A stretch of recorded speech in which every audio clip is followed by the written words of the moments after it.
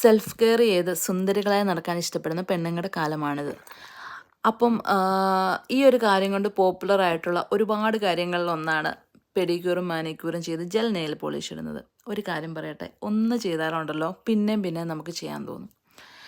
പിന്നെ എൻ്റെ ഈ കൈയും കാലും ഉണ്ടല്ലോ, എക്സ്ട്രാ ഡ്രൈ സ്കിൻ ആയതുകൊണ്ട് തന്നെ ലോകത്തൊരിടത്തും കാണാത്തത്ര വരകളും കുത്തുകളും നിറഞ്ഞതാണ്.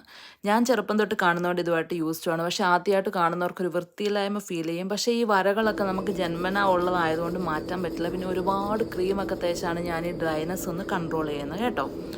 അപ്പം ജെൽ നെയിൽ പോളിഷിലേക്ക് ഞാൻ ന്യൂസിലൻഡിൽ എത്തിക്കഴിഞ്ഞപ്പോൾ ഉണ്ടല്ലോ 80ഉം 90ഉം വയസ്സായ അമ്മച്ചിമാർ വരെ പെഡിക്യൂറും മാനിക്യൂറും ഒക്കെ ചെയ്ത് ജെൽ നെയിൽ പോളിഷ്, അത് നല്ല വൈബ്രൻറ്റ് കളേഴ്സൊക്കെ ഇട്ട് നല്ല സുന്ദരികളായിട്ട് അവനവനെ തന്നെ ബൂസ്റ്റ് ചെയ്ത് ഞാനാണ് രാജ്ഞി എന്നുള്ള പരുവത്തിലാണ് ഇവിടെ നടക്കുന്നത്.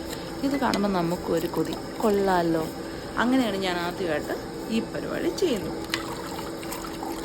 ഞാൻ ആദ്യമായിട്ട് ഒരു പിങ്ക് നെയിൽ പോളിഷാണ്. ഇപ്പോൾ അത് മാറ്റി ഒരു ഗ്രീൻ നെയിൽ പോളിഷ് ഇടാൻ പോകുന്ന വീഡിയോ ആണിത്.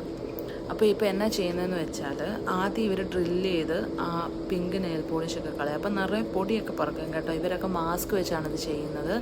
അത് കഴിഞ്ഞ് നമ്മുടെ കാല് ഒന്ന് കഴുകി വൃത്തിയാക്കി ഒരാരം വെച്ചിട്ട് ഒന്ന് ലെവലാക്കി ആദ്യം ഒരു ജെല്ലിടും. ഈ ജെല്ല് ഒരു ലൈറ്റിൻ്റെ അടിയിൽ വെച്ച് ഉണക്കും.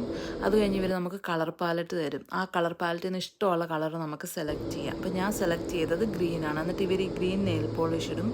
പിന്നെ ഈ ലൈറ്റിൻ്റെ അടി വെച്ച് ഉണക്കും. അത് കഴിഞ്ഞ് അതിൻ്റെ മേളിൽ ഒന്നുകൂടെ ഇവർ ഈ ജെല്ലിടും. ഈ ജെല്ലിട്ടിട്ട് ലൈറ്റിൻ്റെ അടി വെച്ച് ഉണക്കും. അത് കഴിഞ്ഞൊരു പോളിഷ് ഇടും. ഇപ്പോൾ ഇത്രയേ ഉള്ളൂ.